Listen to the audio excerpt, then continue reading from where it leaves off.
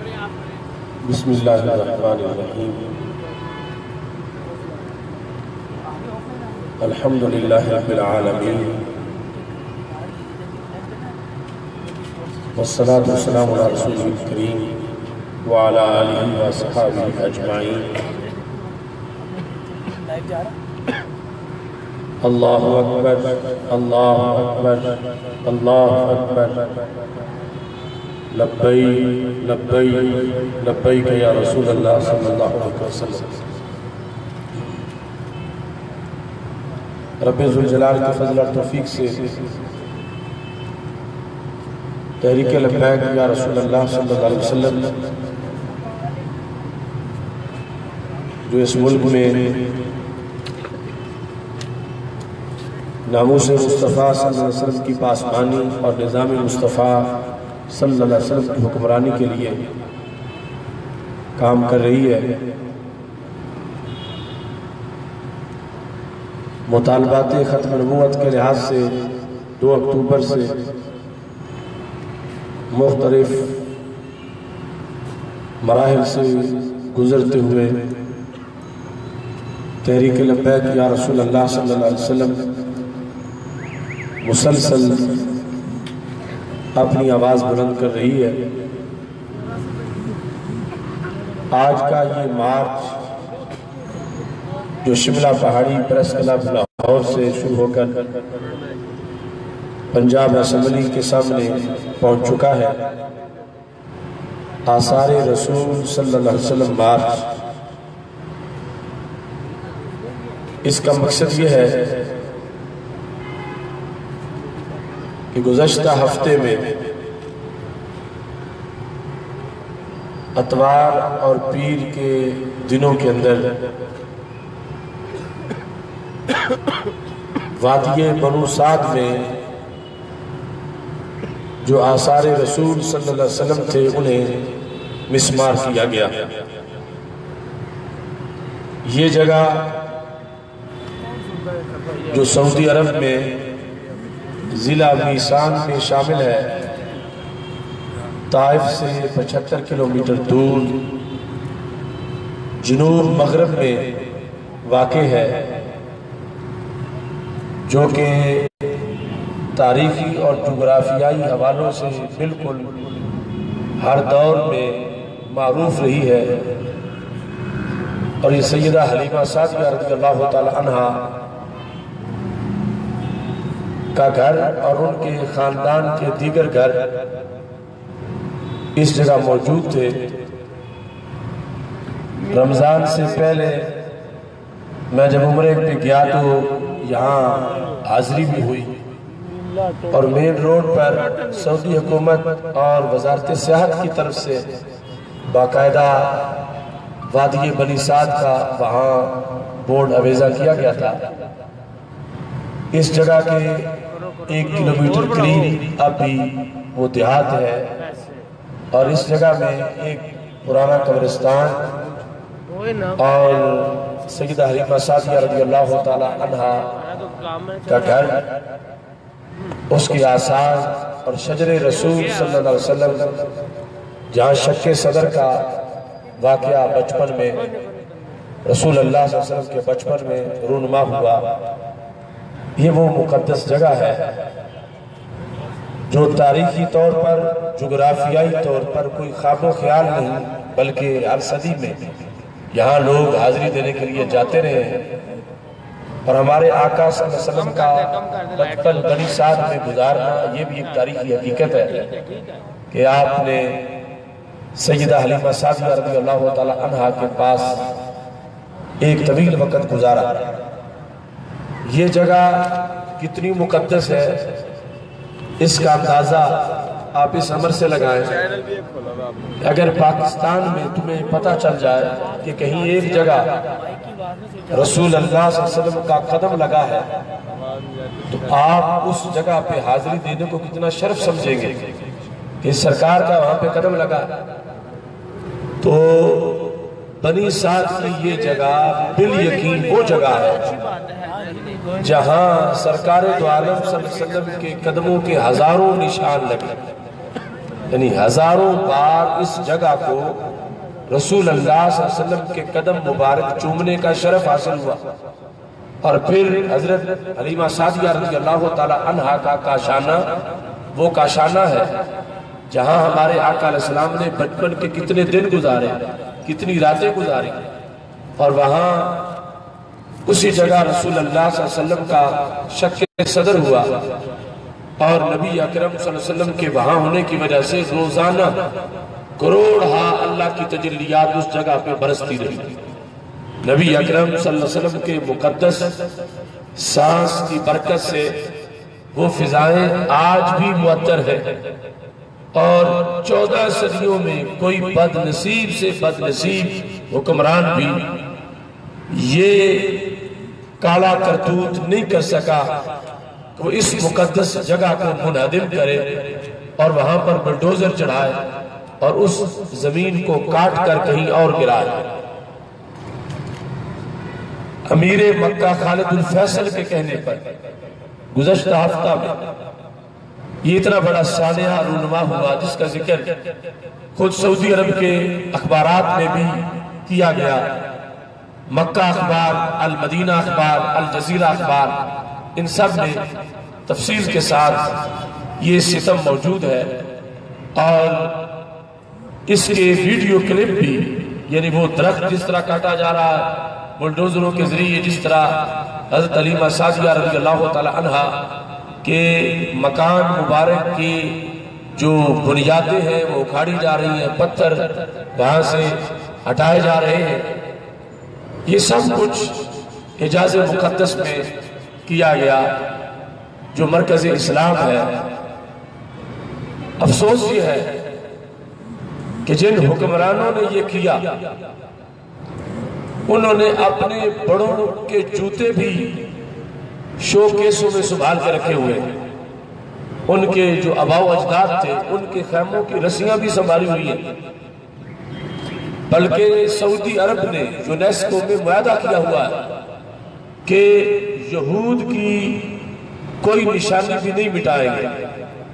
نصارہ کی کوئی نشانی بھی نہیں مٹائیں گے. اب تک خود سعودی عرب کے اندر سینکڑوں نشانیاں قوم عاد، قوم سمود، قوم صالح، آثار صالح، مدائن، وہ آثار سینکڑوں کی تعداد میں موجود ہیں. یعنی جس دیش میں یہود کی نشانیاں محفوظ ہیں، نصارہ کی محفوظ ہیں، اس دیش میں اس ذات کی نشانیوں پر حملہ کیا گیا جن کے صدقے ساری کائنات بنی. تو ہم اس کام کی پرزور مذمت کرتے ہیں اور سعودی حکومت سے یہ مطالبہ کرتے ہیں کہ سارے آثار رسول اللہ علیہ وسلم کو بحال کیا جائے، چونکہ اس سے پہلے جنت البقیع ہو، جنت المالا ہو، وہاں مقدس شخصیات کے مزارات گرائے گئے، اور پھر سب سے بڑھ کر دار خدیجہ کبریٰ رضی اللہ تعالیٰ عنہ کہ جس کے بارے میں محققین کا یہ قول ہے کہ مکہ مکرمہ میں کعبے کے بعد سب سے مقدس جگہ دار خدیجہ ہے، اور دار خدیجہ میں ہمارے آقا علیہ السلام نے زندگی مبارک کی 10 سے زائد سال بسر کیے. اس میں ہزاروں آیات کا نزول ہوا، اس گھر میں سیدہ فاطمہ الزہرا کی ولادت ہوئی، وہ ساری صدیوں میں وہ گھر محفوظ رہا. نجدی حکومت نے اس گھر کی جگہ ٹیلٹ بنا دی. دیکھو ان کی بدبختی اور آثار رسول اللہ علیہ وسلم سے دشمنی،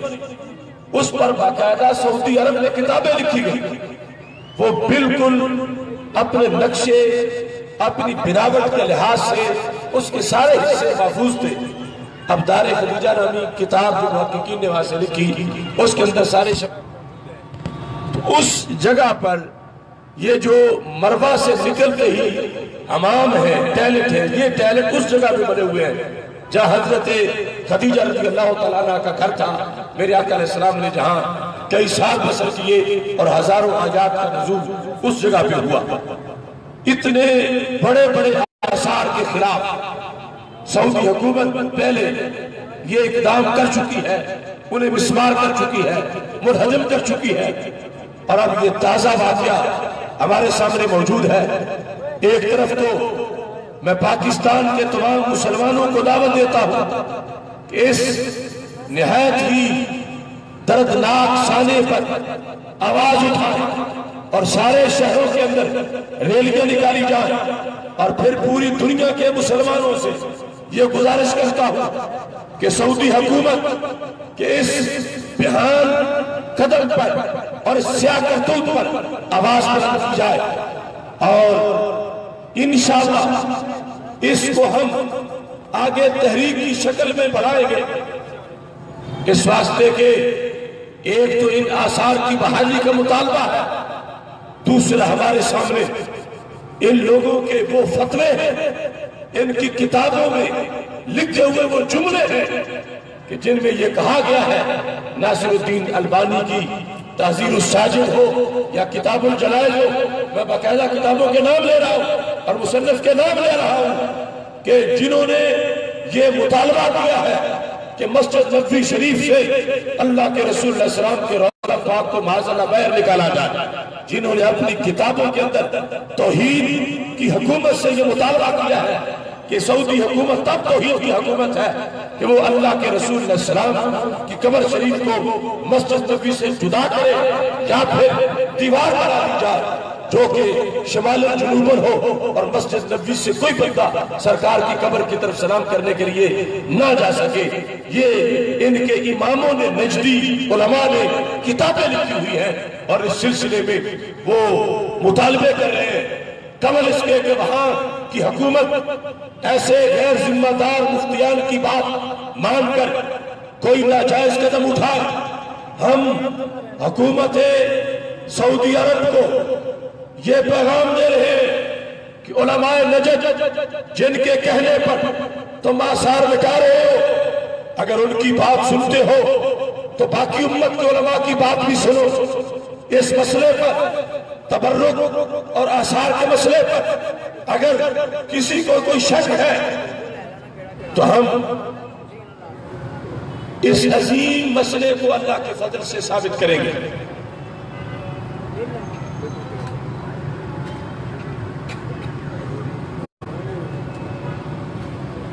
تو آثار اور تبرک کے لحاظ سے ہمارا عقیدہ یہ ہے کہ آثار کو محفوظ بھی کیا جائے اور ان سے برکت بھی حاصل کی جائے، اور یہ عقیدہ قرآن سے ثابت ہے، سنت سے ثابت ہے، اور صحابہ رضی اللہ تعالی عنہم کے معمول سے ثابت ہے۔ اس پر کسی طرح کی کوئی دوسری رائے موجود نہیں ہے، اور جو لوگ رائے بنائے ہوئے ہیں ہم اپنی طرف سے ان کو مناظرہ کا چیلنج کرتے ہیں، سعودی حکومت کو کہتے ہیں کہ وہ اپنے علماء سے ہمارا مناظرہ کروائے، اور اس طرح کا کوئی کام کرنے سے پہلے انہیں سوچنا چاہیے کہ امت کی 14 صدیوں کے اندر امت کا تعامل کیا رہا ہے اور امت کا معمول کیا رہا ہے۔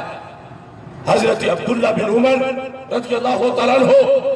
جب مدینہ شریف سے مکہ شریف جاتے تھے یا مکہ شریف سے مدینہ شریف جاتے تھے، وہ ہر جگہ پہ نماز نہیں پڑھتے تھے، اور کوئی معین بورڈ بھی نہیں لگا ہوا تھا کسی خاص جگہ پہ، مگر بخاری میں 9 ایسی مسجدوں کا ذکر کیا گیا۔ حضرت عبداللہ بن عمر تلاش کر کے وہ جگہ، ان جگہوں کو تلاش کرنے کے بعد وہاں نماز پڑھتے تھے،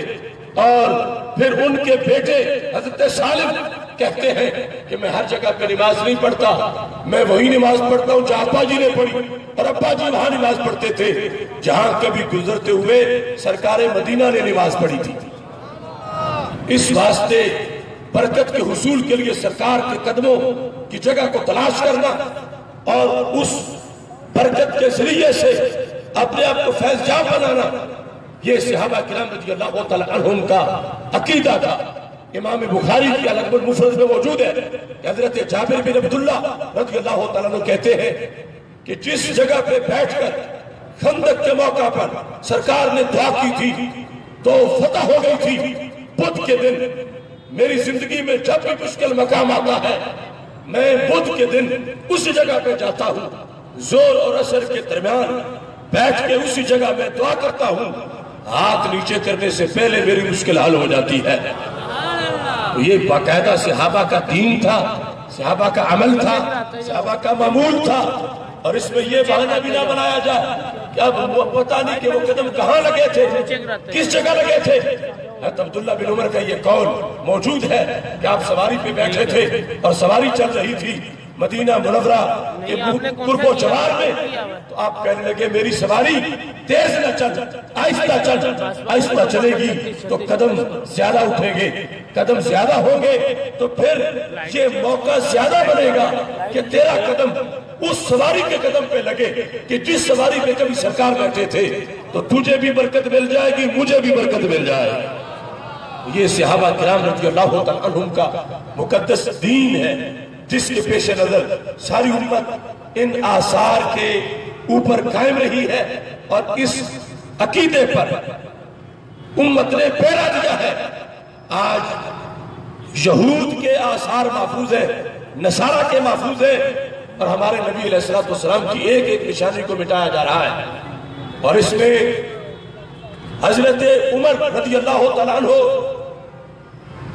کہ درخت کاٹنے کا حوالہ دیا جا رہا ہے۔ میں یہ کہتا ہوں استدلالکم استدلال فاسد، یا علماء نجد استدلالکم بقطع عمر الشجر استدلال فاسد و استدلال فاشل وسائل فاشل، لأن الصحابة رضی اللہ تعالی عنہم كانوا يتبعون الآثار، لأن الصحابة رضي الله تعالى عنهم كانوا يتبركون بالآثار، لأن الصحابة رضي الله تعالى عنهم كانوا يؤمنون بالآثار ويحفظونها۔ صحابہ کرام رضی اللہ تعالی عنہم کے عمل پر اگر کسی کا حضرت عمر رضی اللہ تعالی عنہ کے اس درخت کے کاٹنے کے فعل پر استدلال ہے، تو اس پر بھی ہم اللہ کے فضل سے مناظرہ کرنے کو تیار ہیں کہ آج یہ آثار مٹانے والے اس فعل سے استدلال نہیں کر سکتے، اور پھر یہ نجدی حکمران کر بھی کیسے سکتے ہیں کہ جو سلمان بن عبدالعزیز بش کی بے حیا کافرہ بیوی سے ننگے ہاتھ سلام لے، اور اس وقت انہیں شریعت یاد نہ آئے، بیت المقدس کا سودا ہو جائے، اور یہ ٹرمپ کی ناراضگی کی وجہ سے چپ کر کے بیٹھے جائے، عورتوں کا دباؤ برداشت نہ کر سکے اور ان کو ٹیکسی چلانے کی اجازت دے دے، ڈرائیور کی اجازت دے دے، سٹیڈیم میں جانے کی اجازت دے دے، حجاز مقدس میں سینما گھر کھول دے، اور جن یہود اور نصارہ کے بارے میں سرکار نے فرمایا تھا اخرج اليہود والنصارى من جزیرۃ العرب، کہ یہود و نصارہ کو جزیرہ عرب سے نکال دو، یہ یہود و نصارہ کے سامنے پیچھے جائیں، ان کی ضیافتیں کریں، ٹرمپ کے یہودی دعوات کی شاگردی کریں، اور پھر قول عمر اور فعل عمر کا نام کس منہ سے لے؟ اس واسطے یہ دھوکہ زیادہ دیر تک امت کو نہیں دیا جا سکتا۔ سعودی حکومت امت کے جذبات کا لحاظ رکھے، کروڑوں مسلمانوں کا جو عقیدہ ہے اس کا خیال رکھے، اگر اسے اپنے علماء کی تحقیق کا کوئی فرق ہے تو ہم اس تحقیق کو چیلنج کر رہے ہیں، ہمارے ساتھ سعودی حکومت ان کا مناظرہ کروائے، اللہ کے فضل سے ہم یہ ثابت کریں گے کہ آثار رسول کی حفاظت رکھا عقیدہ رکھنے والے ہم اہل سنت و جماعت، ہم بدعتی نہیں ہیں۔ بدعتی وہ ہے جنہوں نے آج آثار رسول پہ حملہ کیا اور بدترین دہشت گردی کی اور ارہاب کا ارتکاب کیا۔ ہم اہل سنت و جماعت اس عقیدے پر ہیں جس پہ صحابہ بھی قائم تھے، تابعین بھی قائم تھے، اللہ کے فضل سے تبع تابعین بھی قائم تھے، اور 14 صدیوں کے جمہور مسلمان قائم تھے۔ عصمت رسول کے، آثار رسول کے، آثار رسول کے، ہماری جان شامل، ہماری آن ہماری جان۔ آثار رسول پہ قربان، ہماری آن ہماری جان، اس واسطے اگلے مرحلے میں انشاءاللہ ہم تحریک لبیک یا رسول اللہ صلی اللہ علیہ وسلم کی طرف سے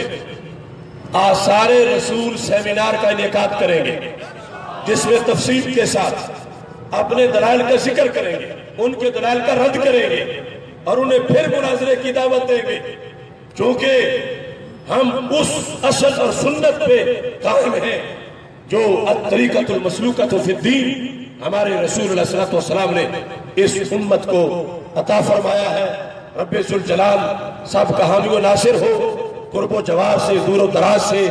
جتنے علماء کرام رونق افروز ہوئے اور جس قدر شرکاء نے شرکت کی اور منتظمین نے انتظام میں حصہ لیا، میڈیا کے احباب آئے، رب ذوالجلال سب کو اجر عظیم عطا فرمائے اور ہم سب کو مل جل کر خالق کائنات جل جلالہ آثار رسول اللہ علیہ وسلم اور سرکار کی جو زیارتیں ہیں ان کو محفوظ رکھنے کی رب ذوالجلال توفیق عطا فرمائے، ختم نبوت پر پہرا دینے کی مزید جاندار انداز سے رب ذوالجلال ہمیں توفیق عطا فرمائے، خالق کائنات جل جلالہ تحریک لبیک یا رسول اللہ صلی اللہ علیہ وسلم کو عظیم مشن میں کامیاب فرمائے۔ 22 تاریخ کو انشاءاللہ اکاڑا کی سرزمین پر جیل بھرو اجتماع ہو رہا ہے 295 کے تحفظ کے لیے اور عقیدہ ختم نبوت اور مطالبات ختم نبوت کے لحاظ سے، اور یہ سلسلہ چلے گا انشاءاللہ 12 بڑے جلسے پشاور، کراچی، پنجاب کے مختلف اضلاع میں ہونے کے بعد انشاءاللہ 7 اپریل کو مینار پاکستان پر تاریخ ساز انٹرنیشنل نظام مصطفیٰ صلی اللہ علیہ وسلم کانفرنس کا انعقاد کیا جائے گا۔ اللہ تعالی ہم سب کا حامی و ناصر ہو۔ وآخر دعوانا ان الحمدللہ رب العالمین۔ لبیک لبیک لبیک یا رسول اللہ، لبیک لبیک لبیک۔